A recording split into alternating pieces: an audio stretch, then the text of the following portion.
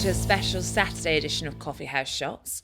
I'm Katy and I'm joined by Thérèse Coffey, former Cabinet Minister and Conservative MP, and Thangam Debbonaire, former Shadow Cabinet Member and Labour MP. We're going to be looking at Keir Starmer's first 100 days, what went wrong, and perhaps what went right if we think hard enough. I mean, to begin, nice to see you both. Obviously, you've now managed to escape Parliament. Yes. Not initially by choice, but I'm sure the perks are coming to you on a day-by-day basis. To begin, looking at the first 100 days, we obviously, often in Westminster, see it as a very important thing, how they go, can you hit the ground running? But yet, most voters aren't really thinking, he's got 10 more days to prove himself before he hits that mark. But Thangam, what impression do you think this Labour government has made on the public in that time? Well, it's obviously been a complicated picture. There were riots during the summer and, events do happen. I think having someone who's been in charge of the Crown Prosecution Service, in charge of the country at a time of riots, that played to Keir Starmer's strengths. Also, Rishi Sunak, the previous Prime Minister, did leave a couple of nice leaving presents in the form of a couple of international events straight away the following week, which showed Keir Starmer in a great light, I thought, at NATO. And he was at the United Nations General Assembly week before last. There was the European conference. That really gave Keir the chance to show his prime ministerial qualities and his gravitas. I think we've also seen in cabinet ministers such as Ed Miliband, who has been preparing to hit the ground running for some time now, get going straight away and deal with things like the effective ban on onshore wind, one of the cheapest form of energy production that we have, sort out Great British Energy Bill, which is trundling through Parliament at the moment. There's been all sorts of things actually happening. Lou Haig's been trying to sort out our buses and trains, and goodness, I'd like her to do that quickly, please. And we've also got, for instance, we've got Bridget Phillipson announcing the curriculum review, John Healey, who has been obviously having to deal with many world conflicts. I think there's plenty of substance there, but I'm sure you're going to talk about what the noise is like. And, I think that's obviously been, shall we say, a challenge. And Thérèse, I suppose, before I come back to Thangam on those points, what's your initial impression been? Well, clearly Labour had some big signals they wanted to show. Just very recently, the Employment Rights Bill is a massive change. And, clear thank you to the unions for their support, but also reflecting elements that they've been pushing for. There are other aspects, as Thangam's already said, generously left this world stage opportunity. But frankly, I think they'll be remembered most for cutting the winter fuel allowance. And I think there's no doubt, and there may be a certain schadenfreude going on with certain elements of the Conservative Party. By the way, the country got rid of us because they loathed us. They'd reached that state that they wanted. But I think Labour really needs to understand, while they've got this enormous majority in the Commons, huge, actually the share of the vote is one of the smallest we've seen in a very, very long time for people who now have the levers there. I think the other thing that they're obviously struggling with, and not a criticism, but did say to them beforehand, it's not as easy as you think running government. And I think they're finding that. But nevertheless, I do think it was a massive misstep, because ultimately, while they make choices on different things about the pay deals or other elements they've done, understand that. But actually, the principles on which you decide to then make a cut is something that really should be in your core. And I think there are a lot of people around the country who are very fed up with that, especially the letters that many people received about how Keir Starmer wouldn't let pensioners down, and that's how they feel. So I think it's going to take a lot of work for them to rebuild that trust. But there are other elements, I'm sure we might get onto the detail of the Home Affairs Committee, which actually shows the biggest shrink in collective responsibility or powers of Cabinet Secretaries of State to actually have an influence on government policy going forward. Oh, interesting. Because I'm fascinated by what you're saying there, Thérèse, because I think there is an element of, well, this is what a parliamentary democracy does. It does sometimes throw up massive majorities with vote shares that are not quite what you would immediately think. And I've had a chance to have a think about that. I think it will give the Labour Party some challenges as well as some opportunities. And you probably know, sometimes having a very large majority can be troublesome. And sometimes it can help you think, well, we can get lots of things through really really, really early on, because we know that we've got a lot to do and only a limited time to do it, possibly. Now, I'm hoping, obviously, that we get the decade of national renewal, at least, that Keir Starmer's talked about, because I do think, for whatever reason, the country felt like it was in a state. And, you know, you said it yourself, the country had had enough of you guys. Well, I think also it was possibly not so much having, not just that, but just feeling like nothing worked. So, you know, sorting out the junior doctor strike was trying to address the fact that people felt like the hospitals weren't working, and trying to unblock some of those things, I think, was something that we were left with. And we'll have, you know, it will need to take time. I think there's an element when you ask Katy about what does the public think. Well, the public voted for change. However, change does not come overnight. And I think after a decade of what's been sluggish economic growth and very, very stagnant low productivity, we've got a lot of work to do to get to the point where people actually feel it in their everyday lived experience. But some change people are feeling or about to feel very quickly, such as the winter fuel payment, as Thérèse mentioned. And on that, I mean, do you think that was a misstep by the new Labour government? And if so, was the mistake not to pitch roll it more, or was the mistake the policy itself? I think, you know, I'm not in government, so I don't know all the figures. You can speak so yes, but it also means that I don't have access to the same information, which is something Thérèse will know. You know, you don't get the same access. So I don't know the full extent of what the sums were that they were dealing with. And I know that Rachel's said, you know, very clearly that she needed to take time to look at what was left, what the legacy was. I think a lot's going to become clearer in the budget. So by the 30th of October, by the end of the 30th of October, I think we'll have a clearer picture then of what it's going to look like, the landscape of where our finances are going, where the money's going to be spent.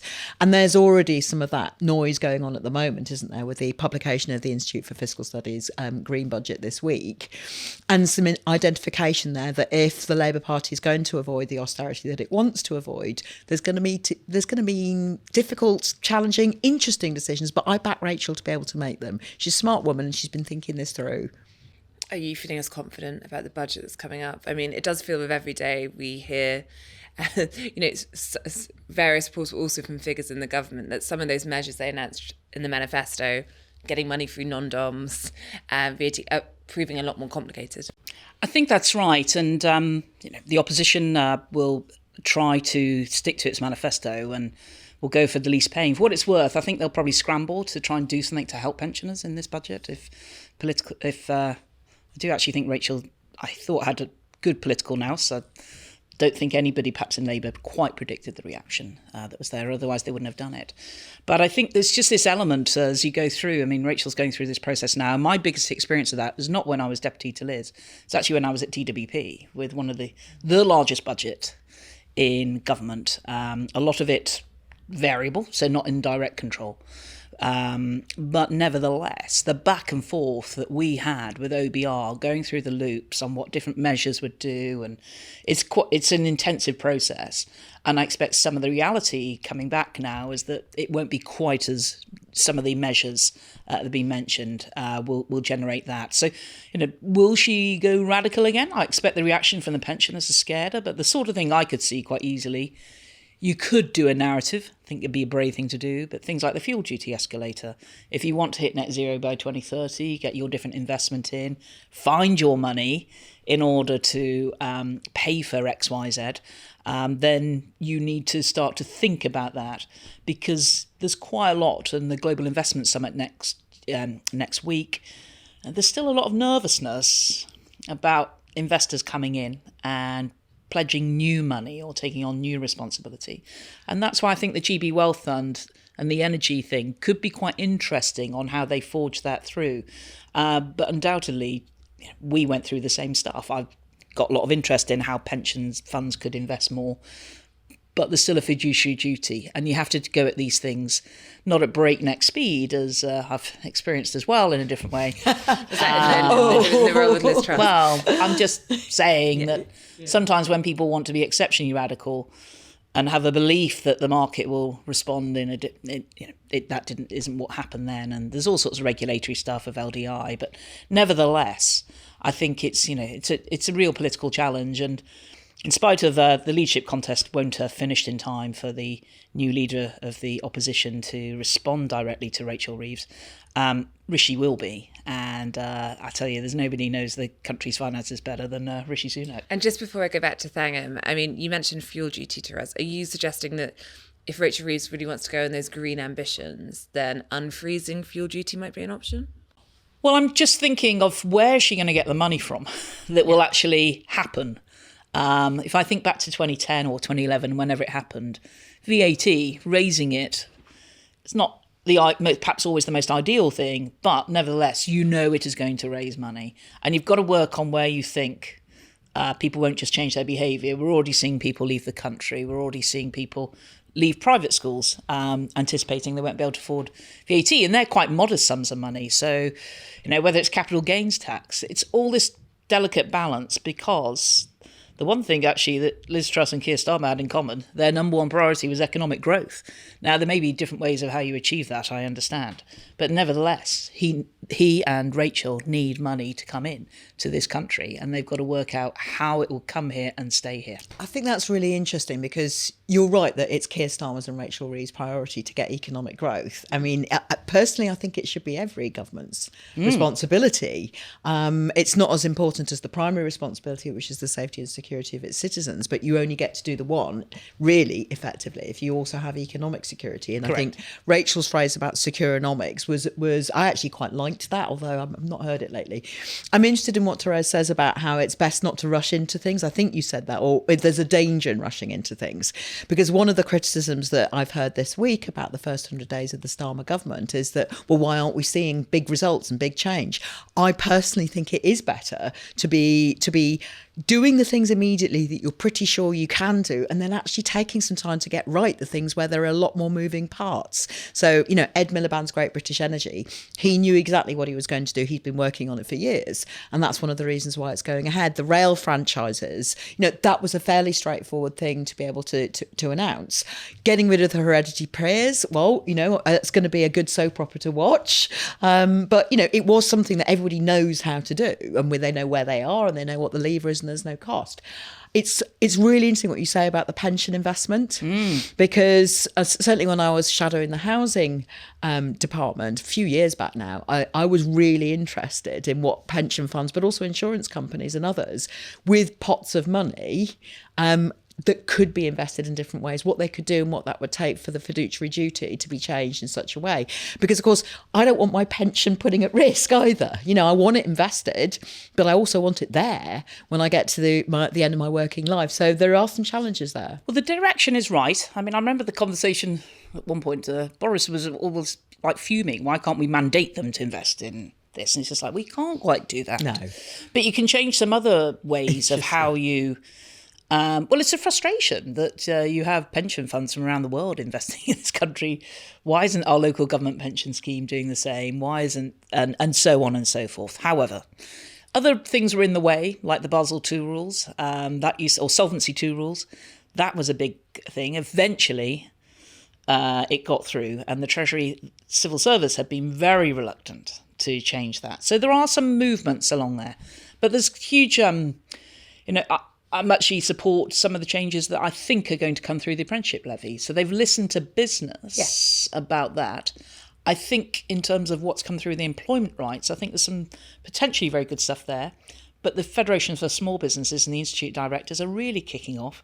And they are ultimately the biggest source and creator of jobs in this country, not your FTSE 100 companies. And just briefly, Thérèse mentioned fuel duty earlier. You obviously faced the threat from the Greens in your seat in Bristol. Do you think some bold actions, taking money in a place where the Tories were a bit too scared to, that joins up with the Green mission, you're talking about Ed Miliband, would be a good idea, or what a civil servant might call brave for Rachel Reeves?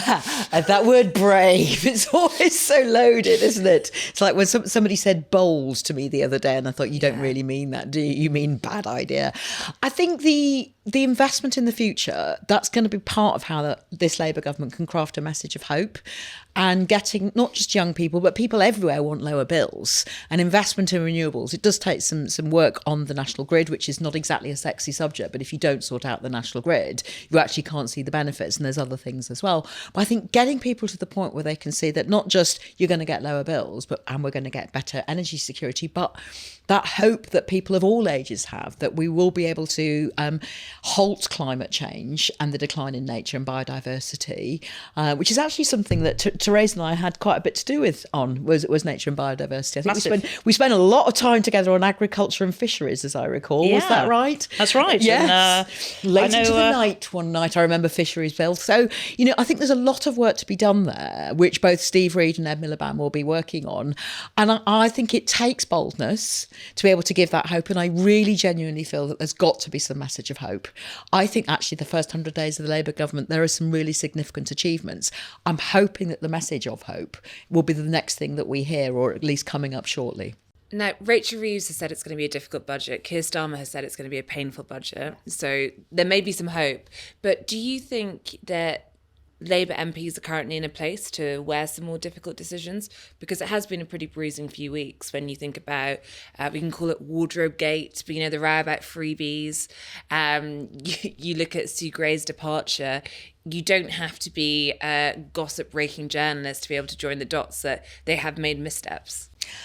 And that getting into Parliament it's a steep learning curve at any time for anybody in any party.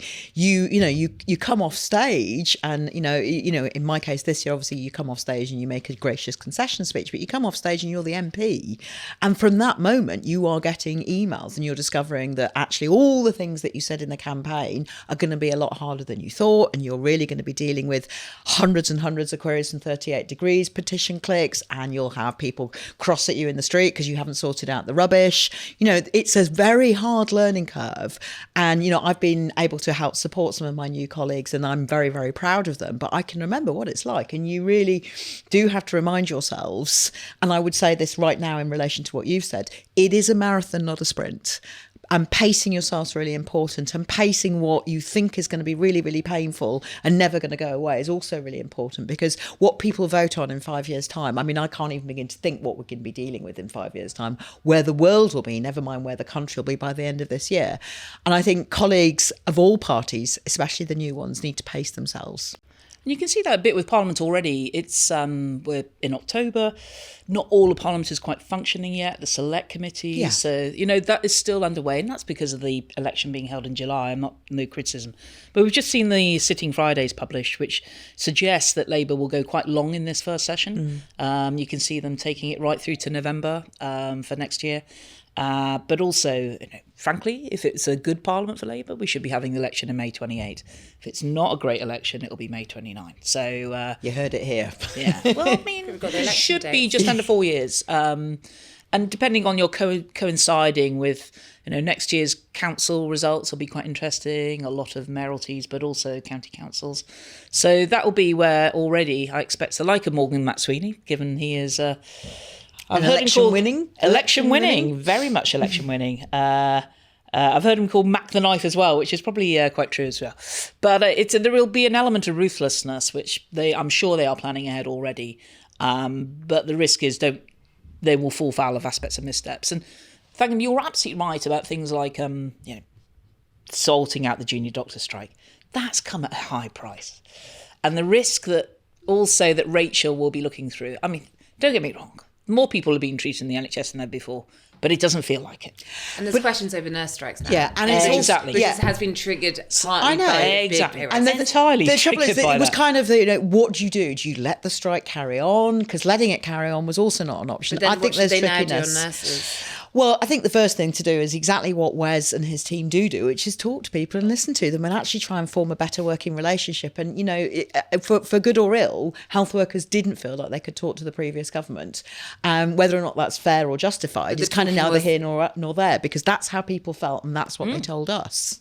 So the talking was accompanied by, of course, pay offer. Well, that comes after 14 years of effective real terms pay cut. So, that's part of the problem is the underinvestment over 14 years. I want to ask you both before we finish about the Tory leadership and the threat to Labour. But before we do that, I just wanted one more to you, which is looking at Wardrobegate and freebies and the changes of staffing in Number 10. Is it fair to say Keir Starmer's operation has not been working effectively the first couple of months? I think that when you get into government after a long period in opposition, you are dying to get on with actually doing things. And I think I see my colleagues, when I run through the list of things that have actually been announced or been started work on or have actually happened, it's quite a considerable list. Yeah. To get the whole thing running like a top, I think any new government, after a period in opposition such as we've had, such as the Tories had after 2010, does take a while to get used to how you do that. Now, I think that a lot's hinging on the budget, and I'm looking forward to seeing that.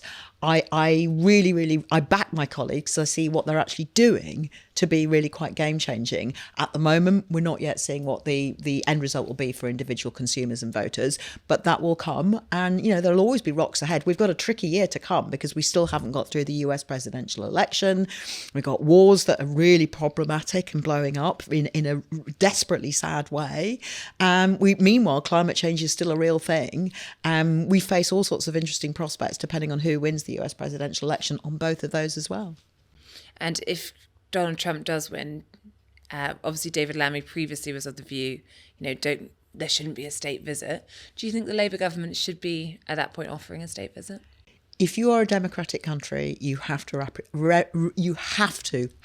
respect the democratically expressed wishes of another country. You may not like individuals, or you may like individuals. It should be neither here nor there, and I think that's what you see. That's what diplomacy is. Keir Starmer. That's exactly what diplomacy is. It's a democratically elected leader respecting a democratically elected leader, and Keir's a Democrat.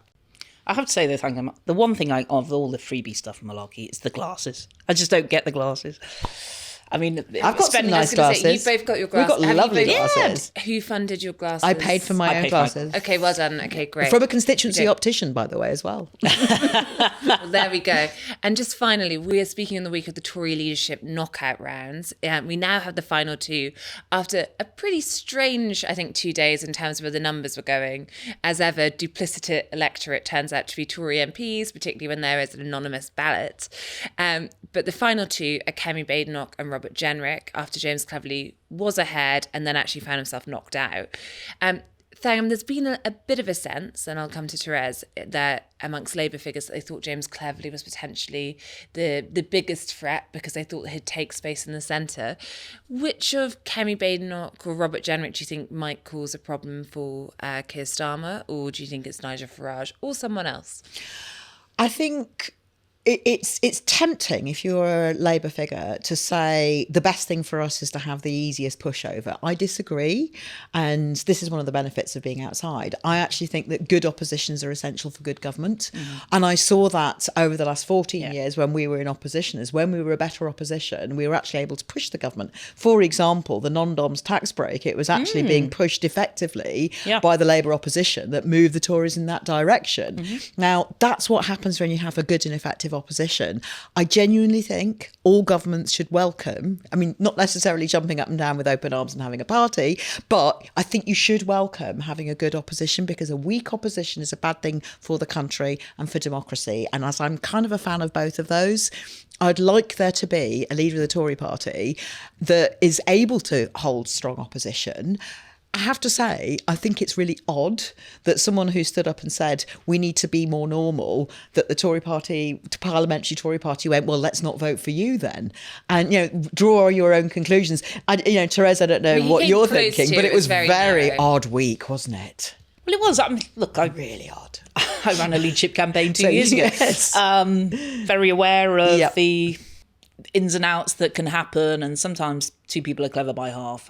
However, I see what you did there.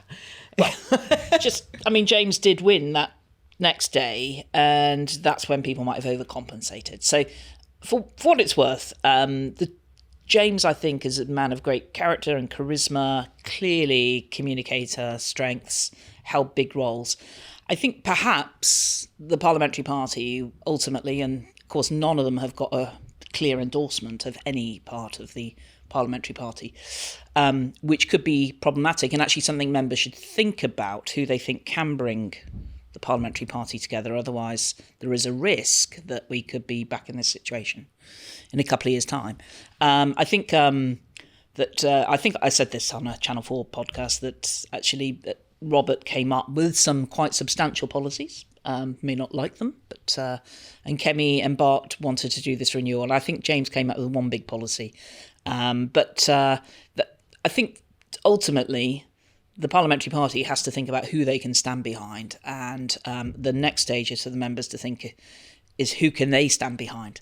There are big elections ahead, and we can't allow ourselves to be in a situation where we're chopping and changing at this point. So that's why, very interesting situation. I can imagine James will have felt absolutely gutted.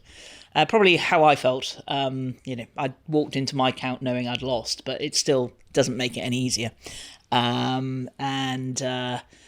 He will be regretting some of perhaps the stuff that happened. But there we are. That's politics.